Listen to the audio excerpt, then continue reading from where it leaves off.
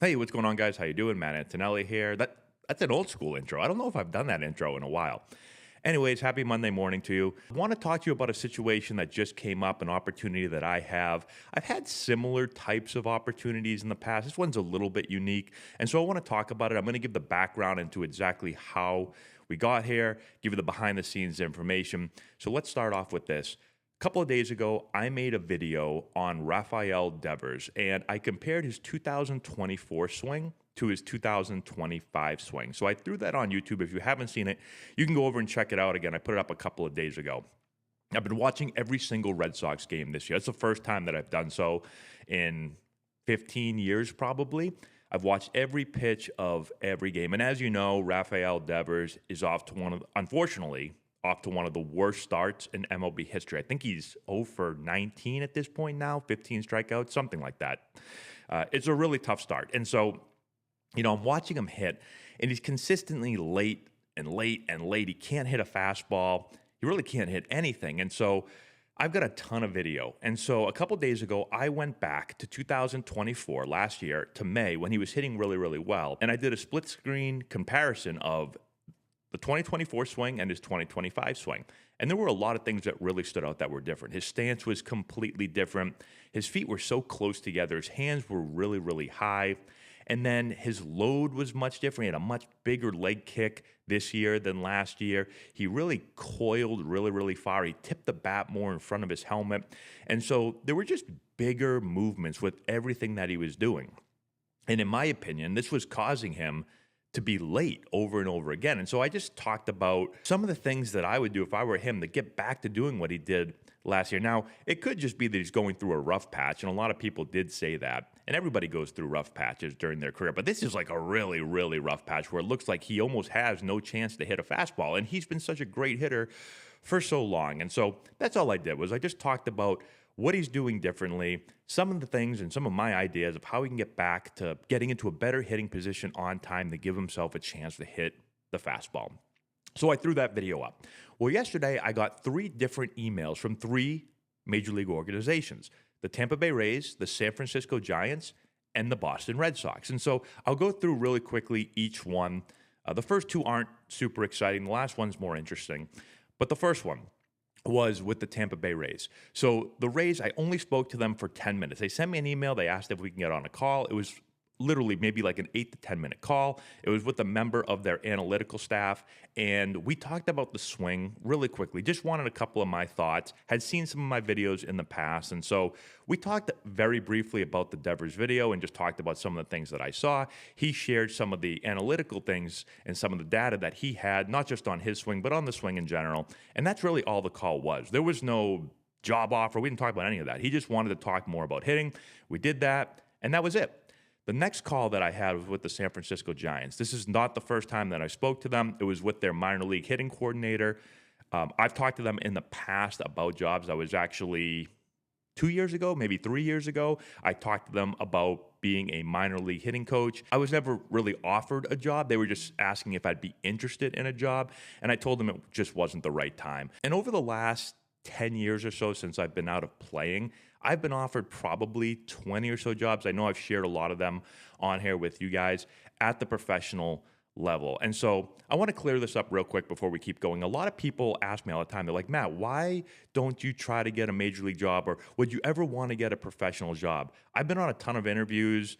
I've gone and flown all over the country. I've talked to a ton of different teams. I've been offered so many different positions, from minor league manager to hitting coach to coordinators of different positions. And to this point, I have not accepted all of them. I think a lot of people think like the major league level or coaching professionally is way better than what I'm doing now. And honestly, with the business that I built up, as fun as I think it would be to coach in professional baseball, there's a lot of travel.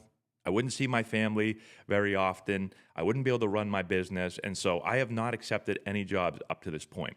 So now let's talk about the Red Sox, because this was the most interesting phone call and opportunity out of all of them. And so I ended up talking with the director of player development from the Red Sox. And we started off talking about the Rafi Devers video. Now, a lot of the things that I talked about in that video, it's not like the Red Sox didn't already know. They have so many numbers. They have people looking at all the video. And so I think the biggest thing was they just liked the way that I saw the swing and that it aligned with the way that a lot of their current coaches see the swing as well. And again, let me preface this really quickly with saying that this isn't the first time I've talked to the Red Sox. I've actually talked to them a bunch over the years, and I've actually been offered multiple jobs. Again, if you watch my videos, I've talked about some of these. So my first job offer in professional baseball was in 2013. And so that was the last year that I played. I got fired. I was told in 2013 that the Indians didn't want me anymore. Nobody wanted me. And so I ended up going and coaching at Wake Forest. Well, during that winter, the Red Sox called me. I went into Fenway. I ended up doing a bunch of interviews with Ben Crockett and Mike Hazen, who's now the general manager of the Arizona Diamondbacks. I told a couple of funny stories about that interview. Mike scared the crap out of me with one of his questions. So I had that job interview with them. I ended up getting offered a minor league managing job a couple of years ago down in Florida that I ended up turning down. We talked about some other opportunities. Nothing worked. So I've talked with them a bunch. I've been offered a couple of different spots with them, never accepted. Now, this time is a little bit different. So after speaking with them for probably 30 minutes or so, I ended up getting an offer from them. And it's a really unique offer. We'll talk about all the different parts of this job opportunity. So the first thing, and probably the biggest reason why I decided to accept this, is because this is a major league offer. So a lot of the job offers that I've been offered over the last 10 years or so have been minor league positions. And so I've been offered minor league managing positions, minor league hitting positions as far as being a coach at either AA or AAA. I've been offered coordinator spots where I could be the infield coordinator, where essentially I would travel from minor league team to minor league team. So I'd go from single A to double A to triple A. I'd be in spring training, and I would just work with the infielders at all those different levels. So everything has always been minor league related, which there's nothing wrong with the minor leagues. But again, it means I'm going to travel a lot. It means I'm going to be all over the country, which is something at this point in my life I didn't want to do, and I haven't wanted to do over the last couple of years. This position is different. This is a major league position. So I'm actually working with major league players. So that's really, really interesting. The second thing is it's Boston. I only live 25, 30 minutes from Fenway Park. Not only that, a lot of this is actually going to be done remotely. So it's almost like a consulting position. It's a little bit more than a consulting position, but it's not a full-time job.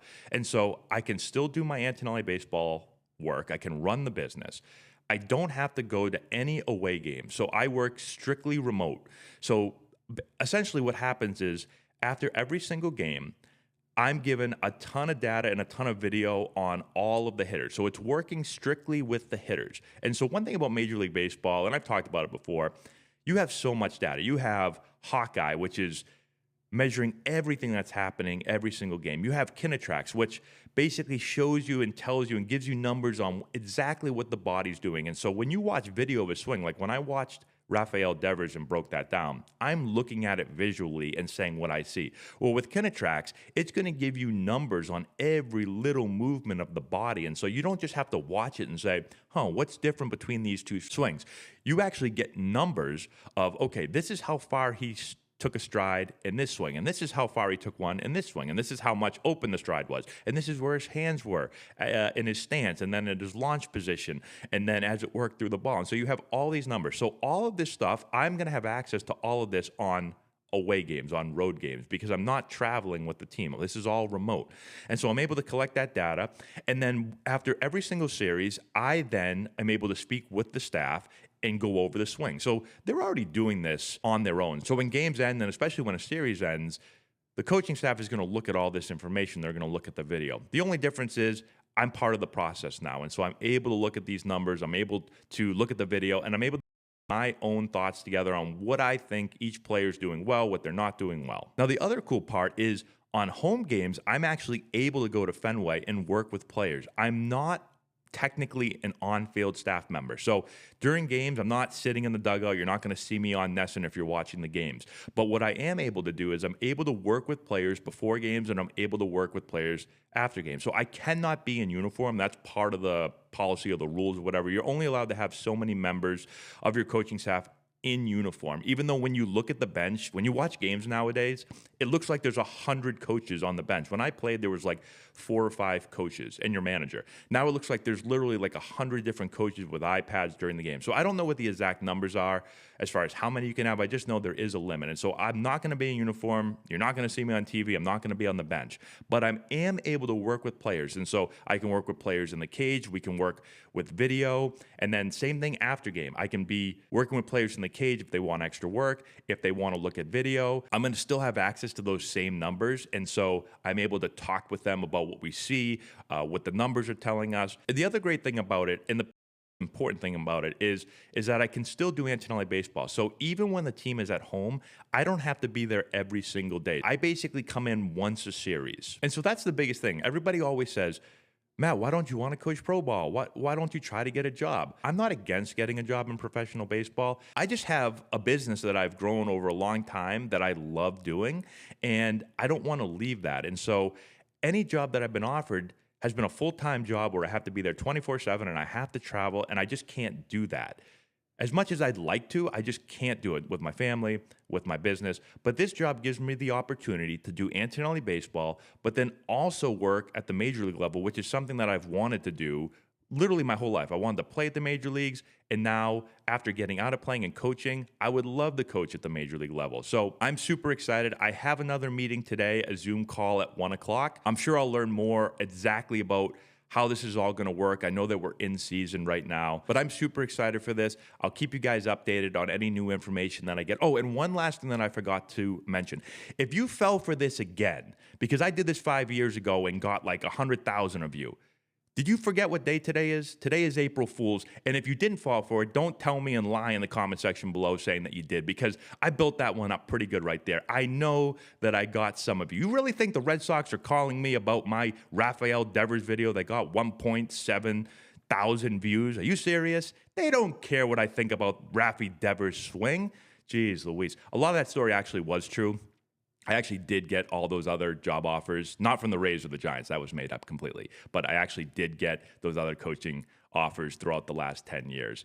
But I got you on this one. Hopefully I got you on this one. Anyways, April Fools, enjoy the day. We'll talk to you later. If you've got hitters that you're looking to improve before the start of next season, this is essential for you. Matt Antonelli here, former Major League player, first-round pick, and college coach. With this course, we're going to show you exactly, step-by-step, how to generate power, develop bat speed, and enhance swing mechanics. Regardless of your hitter's age, this course is going to deliver advanced hitting techniques that will allow any hitter to get better and make an impact at the plate this spring. We have a full catalog of training content that you can access from anywhere at any time. This course is perfect for players, parents, coaches, instructors, and more. Our course has helped hitters all over the country at different competition levels, and the feedback that we've received has been outstanding. The work you put in now will drive your success at the plate this spring. Get the essential knowledge that you need to take your game to the next level.